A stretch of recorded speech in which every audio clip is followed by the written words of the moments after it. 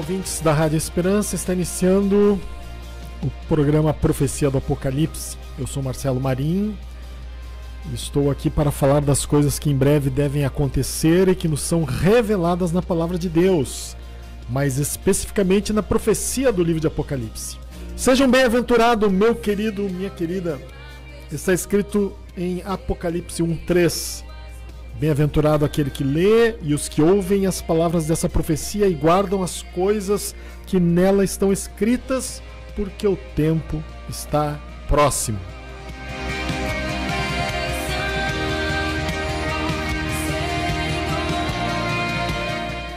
Quero convidá-lo a iniciar sua própria jornada com o livro de Apocalipse.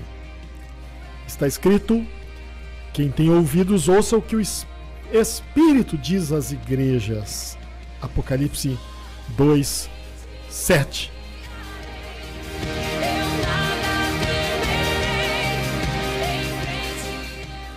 Ouvir o que o Espírito fala às igrejas através deste livro.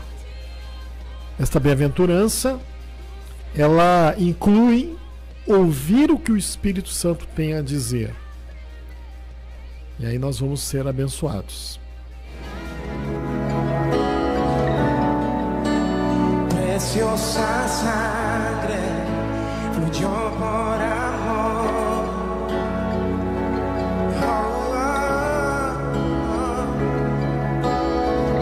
Cada programa vamos responder uma pergunta. A pergunta de hoje, ou a resposta de hoje, é sobre a pergunta: a manifestação do anticristo se constitui numa luta entre as forças do bem contra as forças do mal? Essa vai ser a pergunta. Será que quando o anticristo surgir vai ser um choque entre o bem e o mal?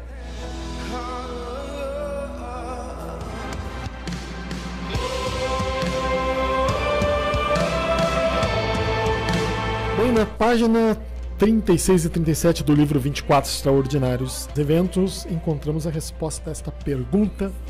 Então, se a manifestação do anticristo se constitui numa luta entre as forças do bem contra o mal. Já foi dito aqui, a manifestação do anticristo é um juízo divino. Só será permitido porque Deus estará julgando aqueles que o rejeitaram. Jesus veio falando a verdade em nome do seu Pai e foi rejeitado por muitos. O anticristo virá falando mentiras e será aceito por muitos. É o que a palavra de Deus nos diz. Mas eu quero ler um trecho então do que é escrito no livro, este livro 24 Extraordinários Eventos, que nos conta o que vai acontecer segundo o livro de Apocalipse. E de fato podemos acreditar porque é verdade, é a palavra de Deus. Então, na página 36, há um subtítulo que diz assim: não haverá choque entre as forças do bem e do mal. Então a resposta é que não vai ser um choque entre as forças do bem e do mal. Então eu vou ler o trechinho do livro, diz assim: não devemos pensar que a chegada do juízo se constituirá num choque entre as forças do bem e do mal.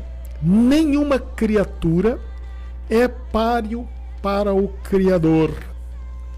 Fazendo uma comparação da desigualdade de forças, pensarmos assim, seria como dizer que um grupo de minhocas do seu quintal resolveu enfrentá-lo a fim de expulsar sua família de casa e que, por esse motivo, uma grande e sangrenta batalha estaria prestes a ocorrer. Nada mais longe da realidade. Diante de Deus, Satanás, os demônios e a humanidade rebelde são insignificantes. Deus somente permitirá um aparente enfrentamento para cumprir aquilo que Deus Pai disse a Jesus: assenta-te à minha direita, até que eu ponha os teus inimigos debaixo dos teus pés. Salmo 110:1. Ora, após ter ressuscitado, Jesus voltou para junto de Deus Pai. Sentou-se à sua direita e aguarda até que Deus Pai subjugue todos os seus inimigos, quando então se levantará e retornará triunfante à terra. Então, em poucas linhas foi explicado o seguinte, Quem pode enfrentar Deus? Quem pode enfrentar o Criador? Pensar em choque entre forças do bem e do mal é achar que Deus não está mais no controle das coisas. É pensar que alguém pode guerrear ou enfrentar Deus, como foi usado aqui no exemplo no livro, 24 extraordinários eventos. É como pensar que um grupo de minhocas do seu quintal resolveu enfrentar. Você já viu uma minhoca no chão? Coisa mais insignificante. Uma minhoca não tem poder de nada. Mal consegue se mover. Será que ela poderia nos enfrentar? Aqui uma comparação. Será que uma minhoca poderia nos enfrentar? Agora, será que Satanás, os demônios, a humanidade revoltosa, rebelde, que rejeita Deus, pode enfrentar Deus? Será que ela é capaz disso? Obviamente que não. Sem dúvida alguma. Deus é todo poderoso, é o Criador dos céus e da terra. Eu lembrei que usei um texto que o livro ele sempre tem as referências bíblicas, né? Isaías 40 é o texto que mostra a insignificância do ser humano. Eu vou ler um pedacinho aqui de Isaías 40, texto maravilhoso da Bíblia, né? Todos os textos da Bíblia são maravilhosos, mas Isaías 40, versículo 12, vamos ver o que diz aqui. É o texto que está no rodapé da página aqui do livro 24 Extraordinários Eventos. Então diz assim: quem na concha de sua mão mediu as águas e tomou a medida dos céus a palmos? Quem recolheu na terça parte de um efa o pó da terra e pesou os montes em romana e os outeiros em balança de precisão? Quem guiou o Espírito de Deus, ou como seu conselheiro o ensinou? Com quem tomou ele conselho para que ele desse compreensão? Quem o instruiu na vereda do juízo e lhe ensinou sabedoria e lhe mostrou o caminho do entendimento? Eis que as nações são consideradas por ele como um pingo que cai de um balde e como um grão de pó na balança. As ilhas são como pó fino que se levanta. Então, vai continuando até o verso 26. Eu quero ler só o final aqui. No verso 26, levantai ao alto os olhos e vede quem criou essas coisas, aquele que faz sair o seu exército de estrelas, todas bem contadas, as quais ele chama pelo nome, por ser ele grande em força e forte em poder, nenhuma só vem a faltar. Então, esse texto de Isaías exalta o poder de Deus. Quem é que pode se comparar ao Senhor, ou quem pode enfrentá-lo? Então, resposta à pergunta: a manifestação do anticristo se constitui numa luta entre forças do bem contra o mal? Claro que não.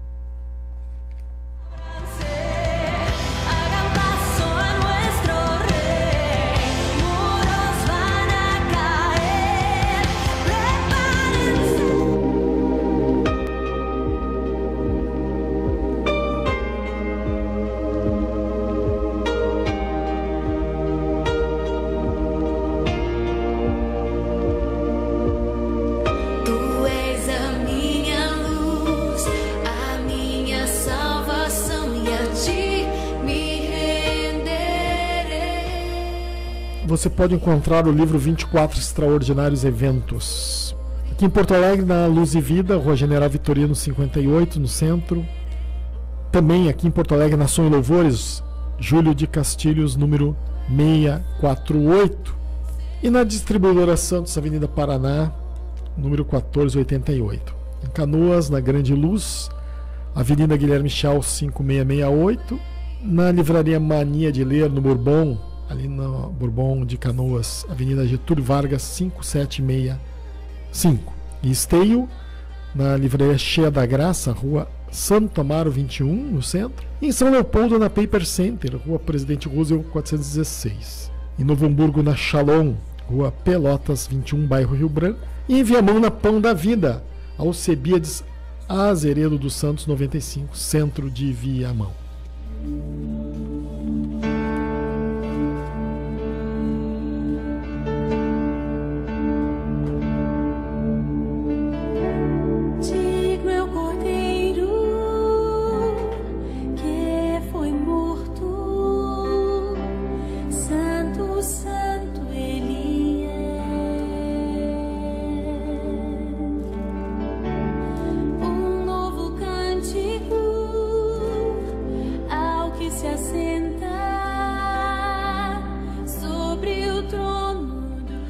Vamos então à leitura do livro de Apocalipse.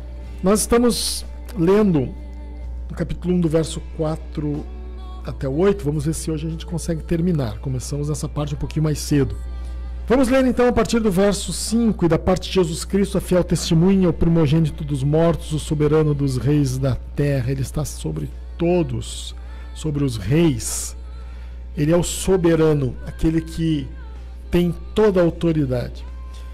Aquele que nos ama e pelo seu sangue nos libertou dos pecados. O livro de Apocalipse afirma que através da obra da cruz nós somos libertos de todos os pecados. Nós não devemos imaginar que existe algum motivo para qualquer filho de Deus permanecer escravizado por qualquer tipo de pecado. Somos livres, livres de todo pecado. Bem, continuando. É claro que a Bíblia diz que nós pecamos, mas pecar involuntariamente é uma coisa e estar ainda escravizado por algum tipo de pecado é uma coisa completamente diferente. E nos constituiu reino e sacerdotes. Essa expressão aponta para a promessa de Deus que nós vamos reinar com Cristo durante 1000 anos. Vamos reinar com Cristo começando com os 1000 anos e seguindo adiante na eternidade. Os filhos de Deus vão reinar com Cristo quando Ele criar um novo céu e uma nova terra. A Bíblia nos dá um vislumbre. No livro de Apocalipse, capítulo 21, diz que o novo céu e nova terra serão criados. Descerá do céu a nova Jerusalém sobre essa nova terra. Deus habitará ali com os homens. E aqueles que foram salvos, então, como filhos de Deus, reinarão com Ele para sempre. A gente ouve isso. A nossa mente humana não é capaz de visualizar a grandeza disto, a amplitude dessas coisas, mas temos um entendimento, temos a revelação de que será assim. Então, quando diz aqui reino e sacerdotes, está dizendo que vamos reinar com Cristo e vamos servir a Deus eternamente. Ninguém vai ficar ocioso na eternidade. Não é plano de Deus que fiquemos sem fazer nada. Continuando então a leitura, eis que vem com as nuvens e todo olho verá até quantos o transpassaram. Aqui o Espírito Santo está dizendo que Jesus vai voltar a esta terra. Quando Jesus ascendeu aos céus, depois de ter caminhado por aqui durante 40 dias após a sua ressurreição, ele, depois de ter dado mandamentos pelo Espírito Santo aos discípulos que escolhera, então ele subiu aos céus e uma nuvem cobriu Jesus dos olhos dos discípulos. E um anjo então se pôs ao lado deles e disse: esse Jesus que vocês estão vendo subindo, da mesma maneira que agora estão vendo ele subir, voltará. Jesus voltará a essa terra com as nuvens, do mesmo jeito que foi. E todo olho verá. Que todo olho é esse? Aqueles que permanecerem vivos até este momento.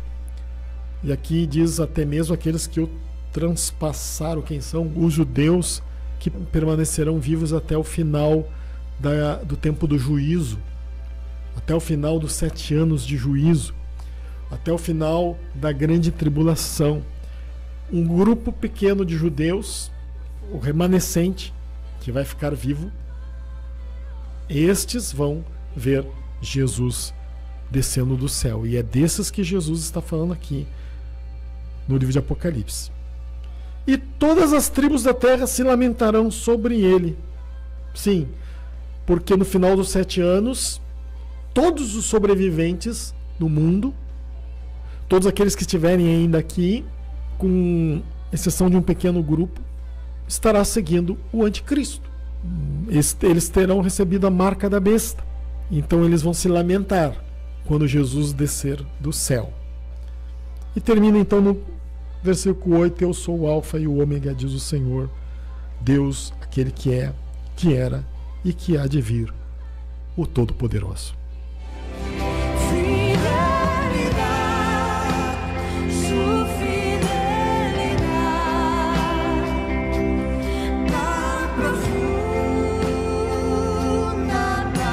Vamos ter um momento de oração agora. Quero convidá-la a se unir comigo nesta oração. E não somente agora, querido, quero te convidar para orar sempre por isso. Mesmo depois, durante o teu dia, a Bíblia diz que nós devemos orar sem cessar, é verdade, não é? E você que é um filho de Deus, foi chamado a servi-lo. Todos nós somos considerados por Deus como servos. Além de filhos, somos servos. E uma das coisas que não podemos falhar durante a nossa peregrinação nessa terra é na questão da oração. Nenhum de nós precisa falhar na oração, porque todos nós podemos orar. Independente de onde vivamos, nós podemos orar. Independente de onde estamos. Talvez você esteja até no cárcere. Nós temos muitos irmãos presos hoje. Pessoas que foram condenados por coisas que fizeram no passado, mas que receberam Jesus lá na prisão. Entregaram a vida a Jesus e hoje são nossos irmãos. Mas estão cumprindo pena ainda. Tem que resolver. Com Deus o problema foi resolvido, mas ainda precisam resolver o problema com a sociedade. E estão ali nossos irmãos que estão orando. Ali você pode orar. Orar para que a igreja de Cristo se prepare como a noiva que se prepara para ir ao encontro do noivo. Esta é uma oração que devemos fazer. Porque quanto mais o dia se aproxima, mais necessidade a igreja tem de viver uma vida reta, uma vida santa, uma vida de pureza, uma vida de comunhão com Deus e não com este mundo. Na verdade, nós não devemos ter comunhão nenhuma com aquilo que a Bíblia chama de mundo, no aspecto de coisas que afastam o homem de Deus. Há muitas coisas nesse sistema que nos afastam de Deus. E nós devemos ter, então, uma ruptura completa com o mundo. A palavra de Deus nos adverte: não ameis o mundo nem as coisas que estão no mundo, porque aquele que se constitui amigo do mundo torna-se inimigo de Deus. Jesus não nos tira deste mundo. Estamos aqui nesta terra, mas mundo como estrutura, o planeta. Estamos aqui para alcançar os perdidos, mas não devemos nos embaraçar com o mundo. Não devemos viver o estilo de vida deste mundo.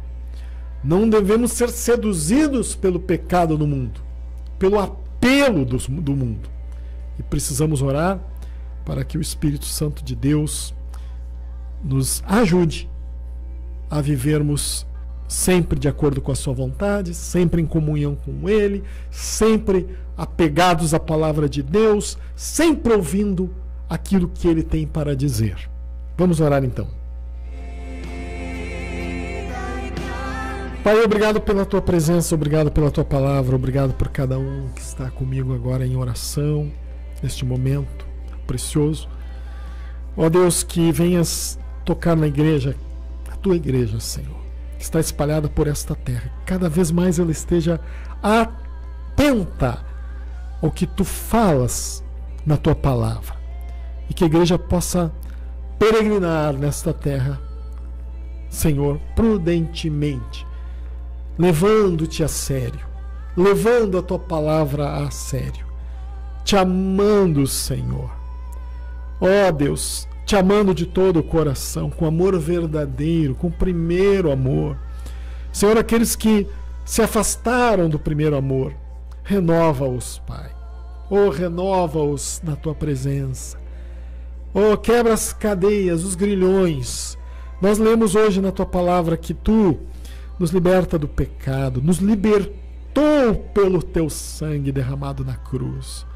Ó Senhor, que cada um dos nossos irmãos viva esta vida de liberdade que Tu proporcionou através da obra que realizou por nós na cruz do Calvário. Oramos, Senhor, em nome de Jesus. Muito obrigado, Senhor. Amém.